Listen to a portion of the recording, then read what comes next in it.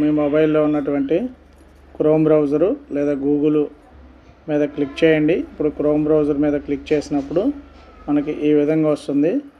ఇక్కడ సెర్చ్లో డిజిలాకర్ అని టైప్ చేయండి. డిజిలాకర్ అని టైప్ చేసిన వెంటనే మనకి ఇక్కడ వెబ్సైట్ చూపిస్తుంది. డిజిలాకర్ www.digilocker.government.in ఒక వెబ్సైట్ చూపిస్తుంది. మనం దాని మీద క్లిక్ చేయాలి. క్లిక్ చేసిన వెంటనే ఆ యొక్క డిజిలాకర్ హోమ్ పేజీ ఈ విధంగా చూపిస్తుంది. ఇందులో మీరు సైన్ ఇన్ మీద క్లిక్ చేయాలి. ఈ సైన్ ఇన్ ఆప్షన్ మీద మీరు క్లిక్ చేయాలి.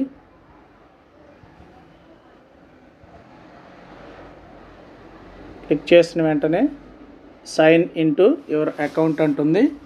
మీరు అప్పుడు మీ యొక్క మొబైల్ నెంబరు లేదు, మీరు ఏమి సెలెక్ట్ చేసుకోవాలంటే ఆధార్ సెలెక్ట్ చేసుకోండి.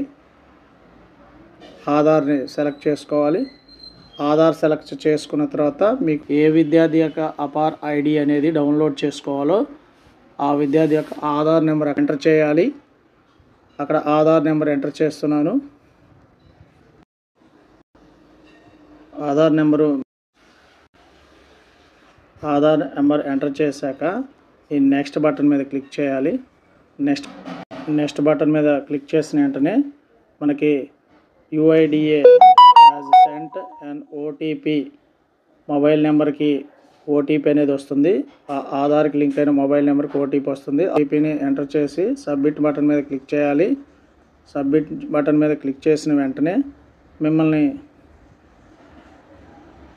ఈ 6 అంకెల పాస్వర్డ్ అనేది సెక్యూరిటీ పిన్ అనేది ఫస్ట్ టైము చేసుకోమంటుంది. నెక్స్ట్ నుంచి మనం ఆ పిన్ నెంబర్ తోటి డైరెక్ట్గా ఎంటర్ అయిపోవచ్చు.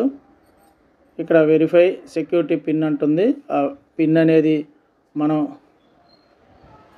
ఎంటర్ చేయాలి. సబ్మిట్ బటన్ మీద క్లిక్ చేయాలి. క్లిక్ చేసిన తర్వాత ఈ విధంగా ఫస్ట్ టైం అయితే పిన్ నెంబరు సెట్ చేసుకోమంటుంది. ఇక్కడ మనం యూజర్ నేము క్రియేట్ చేసుకోవచ్చు. మనం యూజర్ నేమ్ క్రియేట్ చేసుకోవాలంటే ఇక్కడ ఉన్నటువంటి must start with an alphabet, it contains lower case alphabets, ఈ కండిషన్స్ చదువుకోవాలి. ఒకవేళ మనం ఏదో ఒకటి ఎంటర్ చేసినప్పుడు ఇక్కడ సబ్మిట్ బటన్ మీద క్లిక్ చేసినప్పుడు ఈ యూజర్ నేమ్ ఆల్రెడీ ఎగ్జిస్ట్ అని వస్తుంది. అందుకని మనము అప్పుడు ఏం చేయొచ్చు అంటే స్కిప్ బటన్ మీద స్కిప్ చేస్తే మనల్ని మరలా అడగదు. ఇప్పుడు మనం ఏం చేయాలంటే సెర్చ్ డాక్యుమెంట్స్ ఆప్షన్ ఉంటుంది. ఈ సైడ్ ఇక్కడ సెర్చ్ డాక్యుమెంట్స్ ఆప్షన్ మీద క్లిక్ చేయాలి. ఇక్కడ సైడు సెర్చ్ డాక్యుమెంట్స్ అని ఉంటుంది. దాని మీద క్లిక్ చేసినప్పుడు ఈ విధంగా ఇందులో సెర్చ్లోకి వెళ్ళాలి. అపార్ APAAR అపార్ అని సెర్చ్ చేసిన వెంటనే మనకి ఇక్కడ ఈ విధంగా 2 చూపిస్తాయి. అక్కడ మీకు బ్యాంక్ క్రెడిట్స్ చూపిస్తుంది. మనం అక్కడ మీకు బ్యాంక్ క్రెడిట్స్ని సెలెక్ట్ చేసుకోవాలి. సెలెక్ట్ చేసుకున్న వెంటనే మనకి ఈ విధంగా అక్కడ మీకు బ్యాంక్ క్రెడిట్స్ అని అపార్ ఐడి అని చూపిస్తుంది. ఇక్కడ మనం దీని మీద క్లిక్ చేయాలి. క్లిక్ చేసిన వెంటనే ఏదైతే ఆధార్కి సంబంధించి ఆ విద్యార్థి పేరు, డేట్ ఆఫ్ బర్త్ అవన్నీ చూపిస్తాయి. ఇక్కడ మనం ఏం చేయాలంటే ఐడెంటిటీ టైప్ దగ్గర నన్ అని సెలెక్ట్ చేసుకోండి. ఐడెంటిటీ టైపు నన్ అని సెలెక్ట్ చేసుకొని ఓకే మీద క్లిక్ చేస్తే మనకి ఇక్కడ మనం గెట్ డాక్యుమెంట్ మీద క్లిక్ చేయాలి.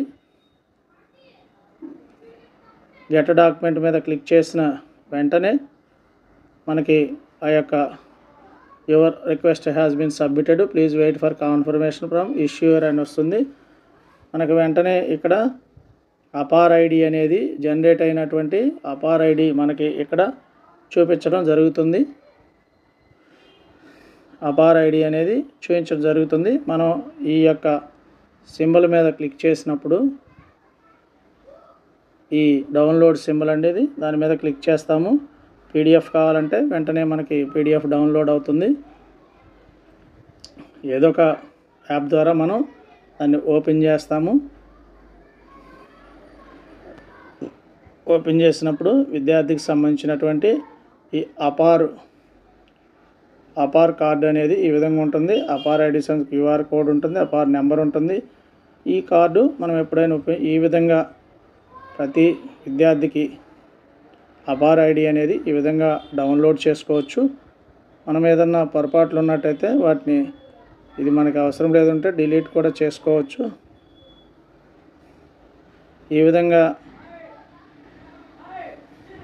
మనకి సంబంధించిన అన్ని రికార్డులని ఈ విధంగా ఆధార్ ఉంటే ఆధారు, డిజిలాకర్ ద్వారా ఈ విధంగా మనం అపార్ ఐడి కార్డ్ అనేది డౌన్లోడ్ చేసుకోవచ్చు. ఇప్పటివరకు నా ఛానల్ చూస్తూ సబ్స్క్రైబ్ చేసుకుని మిత్రులు దయచేసి సబ్స్క్రైబ్ చేసుకోండి. ఇలాంటి మరిన్ని వీడియోలు మీకు అందిస్తూ ఉంటాను.